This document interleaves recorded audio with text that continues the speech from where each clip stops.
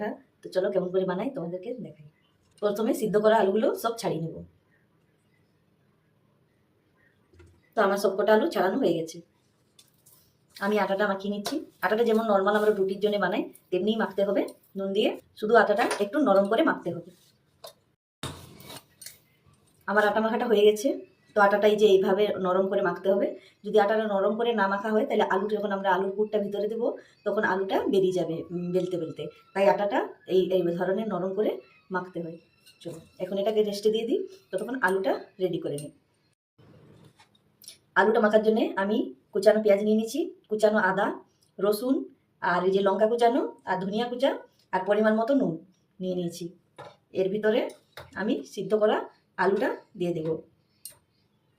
এখন দিয়ে দেবো এর ভিতরে আমি আচার আর আচার তেল।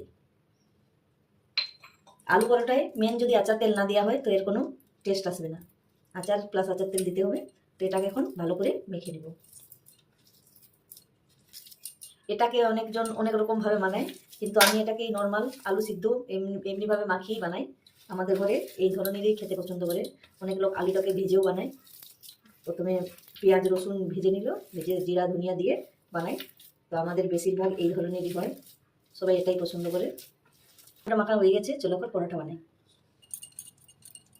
দেখো এটা এইভাবে নরম হয়েছে, তবে এখন এটা দিলেও ফিলিংসটা দিলে এটা ইয়ে হবে না, ফেটে বেরিয়ে যাবে না।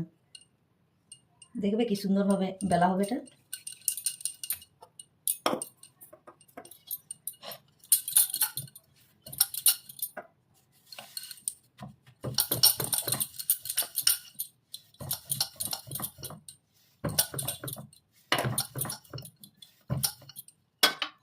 আর এটা যদি টাইট করে মানে মাখতাম আটাটা, তাইলে সাইড থেকে আলুগুলো বেরিয়ে যেত।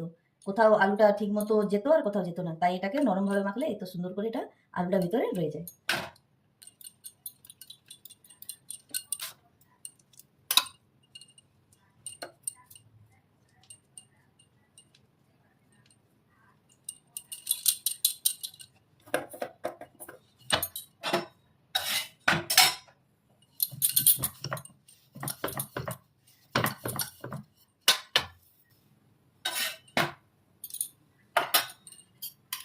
সরষের তেল দিয়ে ভালো করে এটাকে